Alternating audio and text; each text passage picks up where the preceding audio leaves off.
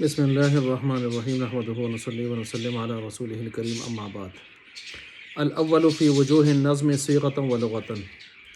تقسیمات اربعہ میں سے پہلی تقسیم کو شروع کیا جا رہا ہے، اور اس میں مصنف رحمۃ اللہ علیہ فرماتے ہیں پہلی جو تقسیم ہے التقسیم الاول فی وجوہ النظم، وہ قرآن کریم کے نظم یعنی الفاظ کے اقسام میں ہیں، یعنی طرق میں ہیں، لیکن بے اعتبار کس کے؟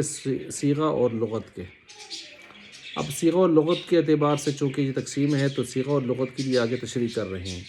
فرماتے ہیں یعنی ان تقسیم الاول، پہلی تقسیم جو ہے فی طرق النظم، قرآن کریم کے نظم کے الفاظ کے طرق اور اقسام کے بیان میں ہیں، من حیث الصیغۃ واللغہ، لیکن کس حیثیت سے؟ صیغہ اور لغت کے حیثیت سے۔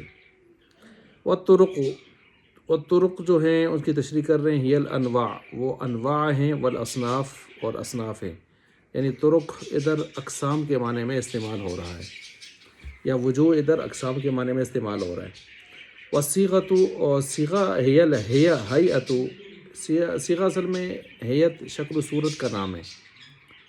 واللغۃ وان کانت، لغت اگرچہ تشمل المادۃ والہیئۃ کلیہما، لغت ایسی چیز ہے جو عام ہے، وہ شامل ہے مادہ اور حیت دونوں کو، لیکن ارید بہا ہا ہنا المادہ، لیکن یہاں پر اس لغت سے مراد مادہ لیا گیا ہے۔ کیوں لیا گیا؟ للمقابلتی، مقابلہ کی وجہ سے۔ مقابلہ اس قسم میں بین صیغۃ واللغۃ، کیونکہ ساتھ صیغہ کو الگ لایا گیا نا، تو صیغہ کو جب الگ لایا گیا، صیغہ سے مراد حیت ہے، تو لغت سے مادہ اور لغت حیت دونوں کو شامل ہے لغت، تو لیکن چونکہ یہاں پر اس کا مقابلہ لغت کا کیا گیا ہے، کس سے؟ جی صیغہ سے، تو صیغہ حیت کو کہتے ہیں، تو اس لیے ہم یہاں تجرید کر لیں گے، تجرید کر کے ادھر سے حیت نکال دیں گے اور حیت کس میں لے آئیں گے؟ صیغہ میں۔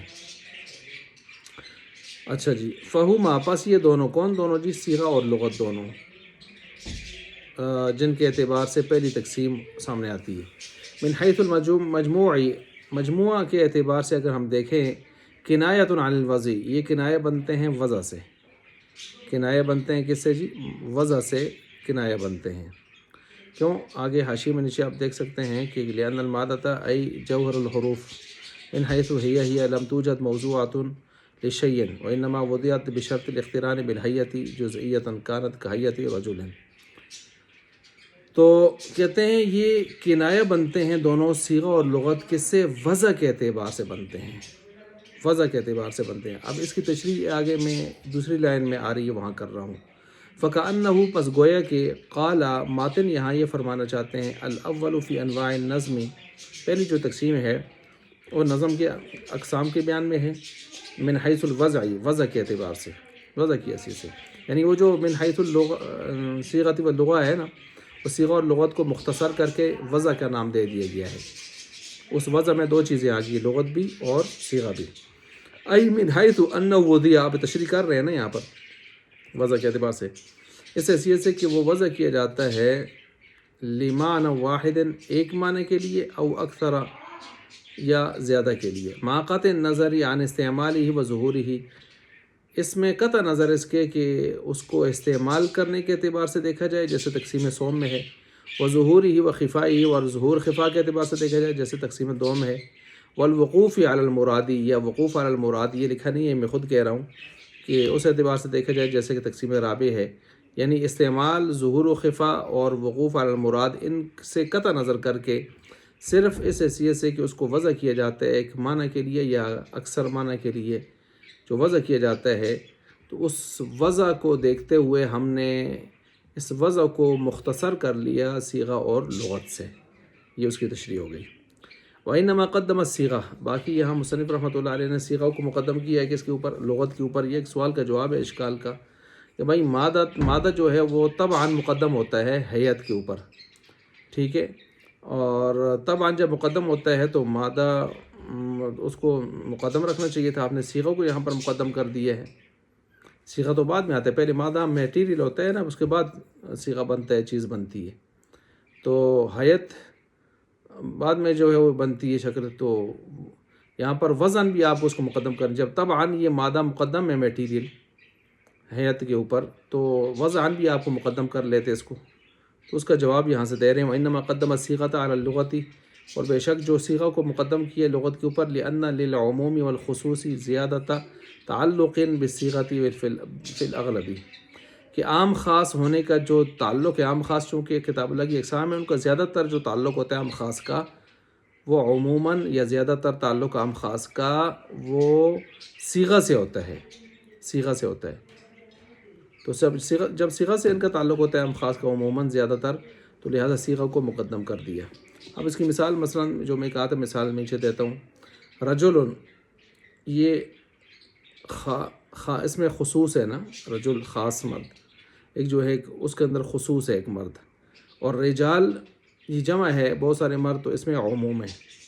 دیکھیں اب یہاں پر صیغہ سے یہاں پر عموم خصوص حاصل ہو رہے ہیں نا، مادہ سے نہیں ہو رہے، مادہ تو دونوں میں ایک ہی ہے، را جیم لام، رجل میں بھی اور رجال میں بھی، مادہ سے تو عموم خصوص نہیں معلوم ہو رہا، کس سے ہو رہا ہے؟ صیغہ سے ہو رہا ہے کہ رجل واحد کا صیغہ ہے اور رجال جمع کا صیغہ ہے، تو رجل واحد کا صیغہ ہے تو خصوص آ رہا ہے، انفراد آ رہا ہے، خصوص آ رہا ہے، اور رجال جمع کا صیغہ ہے تو اسے عموم آ رہا ہے۔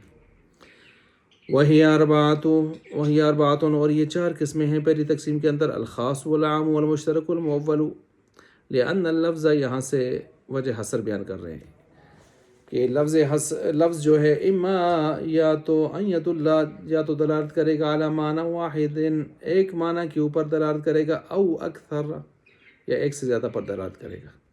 فَإِنْ كَانَ الْأَوَّلُ، پس اگر ایک پر اگر دلالت کرتا ہے، پہلا ہے یعنی ایک مرد پر دلالت کرتا ہے، فَإِمَّا، پھر اس میں دیکھیں گے فَإِمَّا أَنْ يَدُلَّ عَلَى الْانْفِرَادِ، دلالت کرتا ہے علی الانفراد، دلالت کرتا ہے علی الانفراد، دلالت کرتا ہے،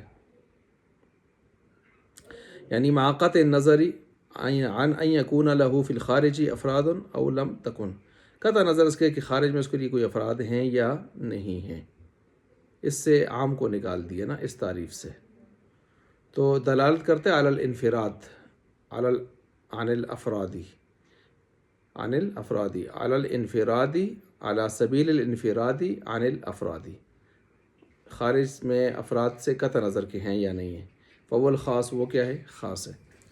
او ان یدل علی مع الاشتراکی بین الافرادی، لیکن دوسرا یہ ہے کہ وہ دلالت کرتا ہے اشتراک بین الافراد، یہ افراد کے درمیان میں ایک اشتراک سے کے ساتھ جو ہے وہ کیا کرتا ہے؟ دلالت کرتا ہے، تو جب اس کے ساتھ دلالت کرتا ہے تو فهو العام، وہ کیا بنتا ہے یہاں پر؟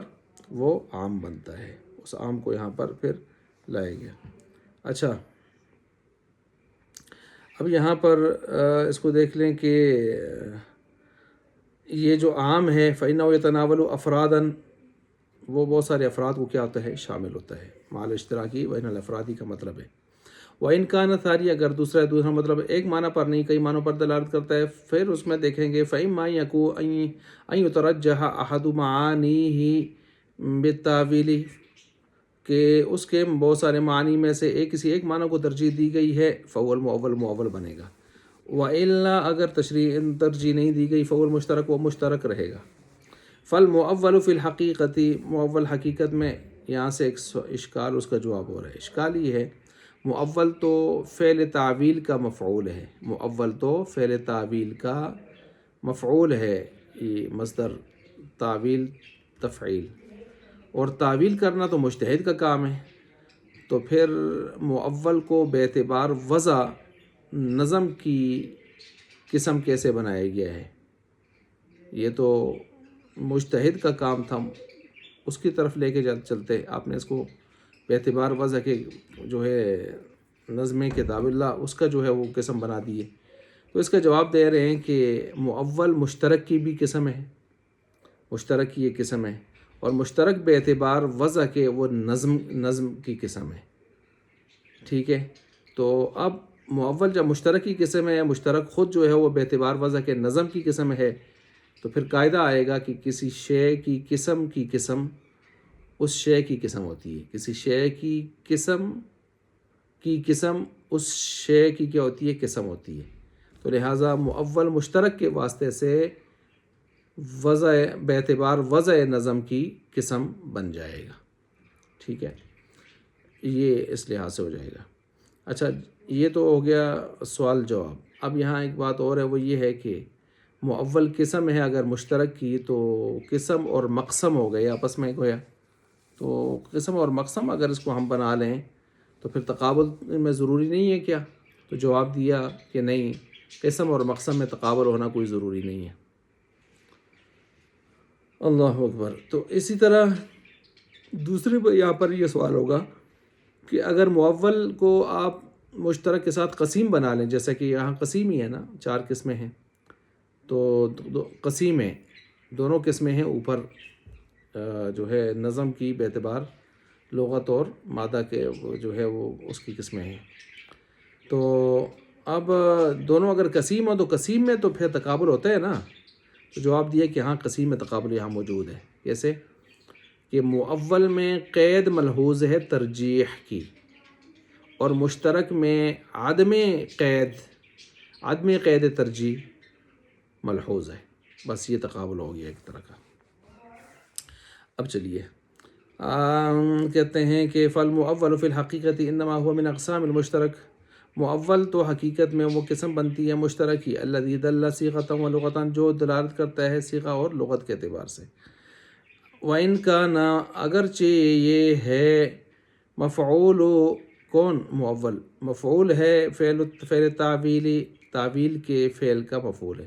الذی من شان المجتہدی، جو تعویل کس کا کام ہے بھائی کرنا؟ مجتہد کا. مجتہد تعویل کرتا ہے نا. تو آپ نے اس کو نظم قرآن کی قسم کیسے بنا دی ہے باعتبار وضع جو ہے وہ اس کی آپ نے کیسے اس کو بنا دیا. تو یہی سوال کیا تھا ہم نے، اور اس کا ہم نے جواب بھی آپ کو اس حوالے سے دے دیا ہے. تو بہرحال یہ پہلی قسم ہم نے یہاں پر مکمل کر دی ہے. آگے دوسری تقسیم، یعنی پہلی تقسیم مکمل کر دی ہے اجمالاً، اب اجمالاً دوسری تقسیم آ رہی ہے.